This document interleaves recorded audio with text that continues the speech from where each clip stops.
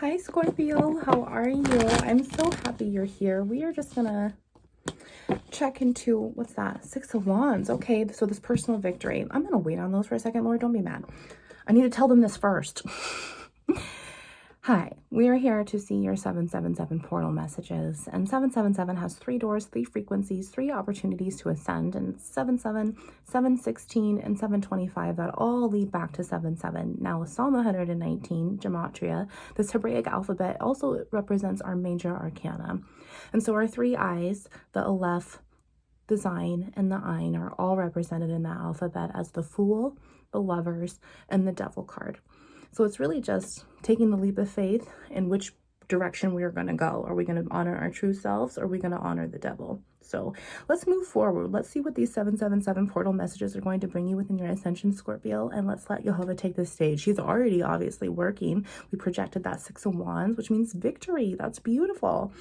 It's victory over our egotistical state and how we are representing ourselves on the outside and how we are operating on the inside. If my temperament is there, that means 111, that my intuition is there, or it's not there. It means the SEMEC, the electrical prob, my nervous system really is present also, because that is what is being affected by the negative polarizing energy or the positive polarizing energy. 1, 2, 3 is there within this ascension.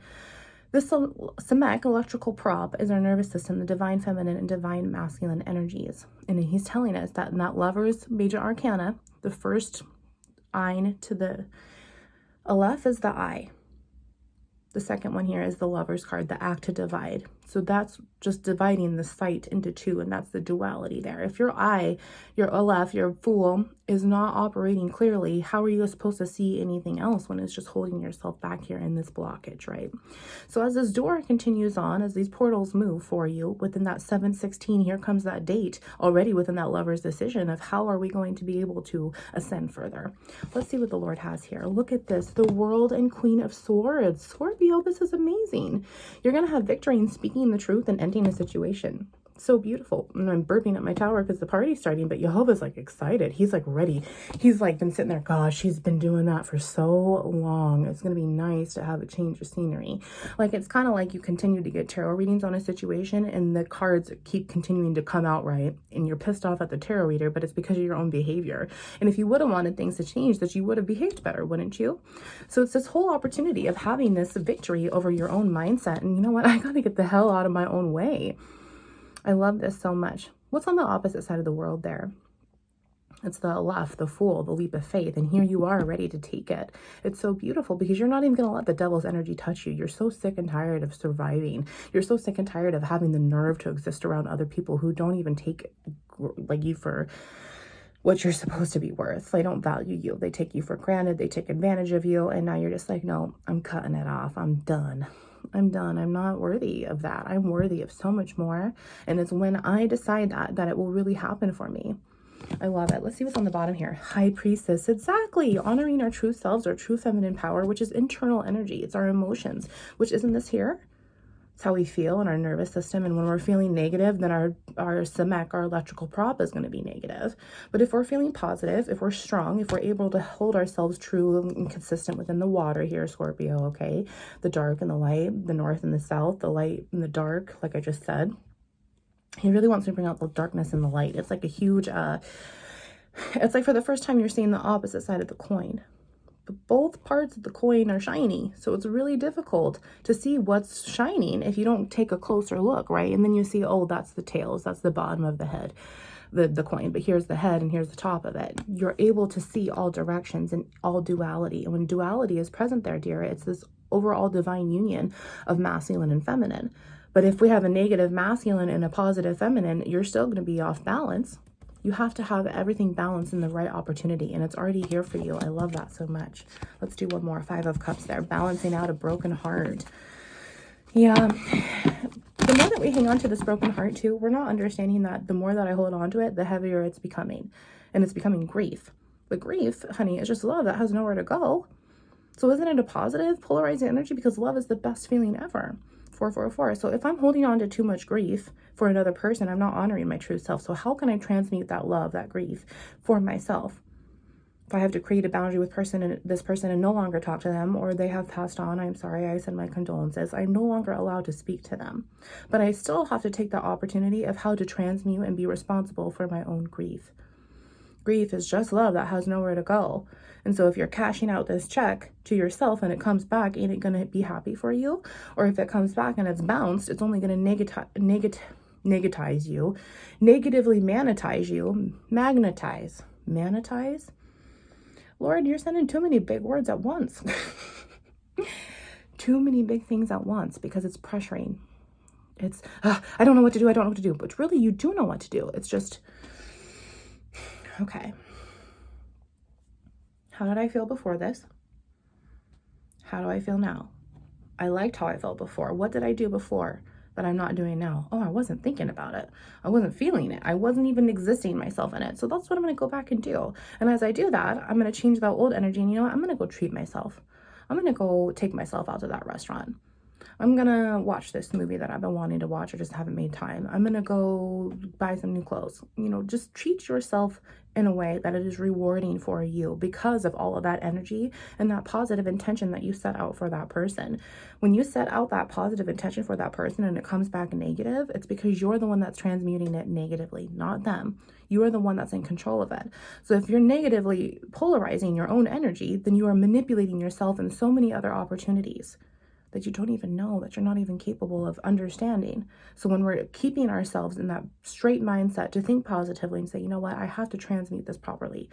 I'm going to go treat myself. I'm going to do something that allows me to feel that positive energy, that positive emotion. Yeah, I love them. Trust me, I do this every single time for my twin flame. We are completely separated. There is probably never another chance. And that's okay. I've come to terms with it. Doesn't mean I still won't hold grief over it. And so I'm still going to be negative about it. Or I'm going to say, you know what? I love myself. I did the best I could.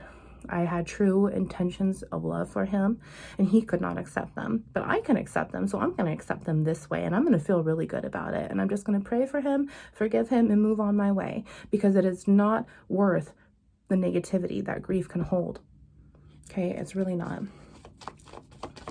All right, Scorpio, let's do these overall messages here with the rest of this portal. 10 of Wands. Thank you, Lord. Thank you for that confirmation. I'm no longer going to hold what makes me heavy. I'm no longer going to allow their energy, the pain, the hurt, the trauma, how they taught me, what I accepted, what I allowed. I'm no longer going to let it do anything to me. If this negative 10 is here, honey, that means that there's a positive page of wands on the other side. Recognizing our inner children and accepting them. Recognizing the state of them. And how hurt they are. Because you truly feel that pain. And if you feel this grief, honey, your inner children feel the grief too. So how would it feel as if your inner children could feel that love? Well, this energy has to start from the inside out. As he so speaks in the Bible, the inside of the cup must be cleansed first before the outside of the cup. If you have done any research on a gestational period or human development, the inside happens before the outside extremities happen first. So here you are, cleansing yourself anew, bringing your New Testament out. Okay, anything that's trying to come in is not what is meant for you. We become sensitive because it is a gift and to transmute that power. And as we are transmuting that power to take it back out, it's because we know that duality. What else is here, Lord? 3 of Pentacles and the Devil. See, honey, that Scorpio can't work with themselves because I'm holding down all of their burdens. There's something in my hair right there. Wow, see, I saw more clearly. I was looking down at this bigger picture, the manipulating energy, but my true self was right here in the way of me and I had to distract it because I continued to allow myself to be stronger, to not be held down by this. I was able to break the chains. I was able to say, no, I'm going to work with myself. Even if it's a distraction, I'm still going to do it because all that's going to do is power over that grief. But you have the ability to take the wheel of your arc with all of your people inside, your kings and your queens and your pages, and move forward in the right direction. 9 of Pentacles. See, exactly. You have the opportunity to be that self-sufficient person, honey, and it's all up to you. As soon as you decide, I can do it. I can be that tomorrow if I choose to. It's right there for me. The Chariot, that body of Christ for you, honey. The house of communication and being able to speak upon what's going to serve you. Well, let's do these both. Let love light the way. I love that so much. Look at that masculine, divine, feminine powers together as one. I love it. Do not be afraid or discouraged, for the Lord will personally go ahead of you. He will be with you. He will neither fail you nor abandon you, even when we abandon ourselves. Deuteronomy 31:8. I love it. 10:10. This card also came out too. Commit to a spirit of excellence. I love it so much. And guess what? When our arc restored is when the flood restores our arc and we're able to find that balance on land and water, the rainbow comes as a sign of covenant. All of our chakras, our intuition, and then we're also innocent as doves. So that's another message that he's bringing out for you. Whatever you do, do well. Ecclesiastes 9:10. Love you. Wounds into light. Mwah.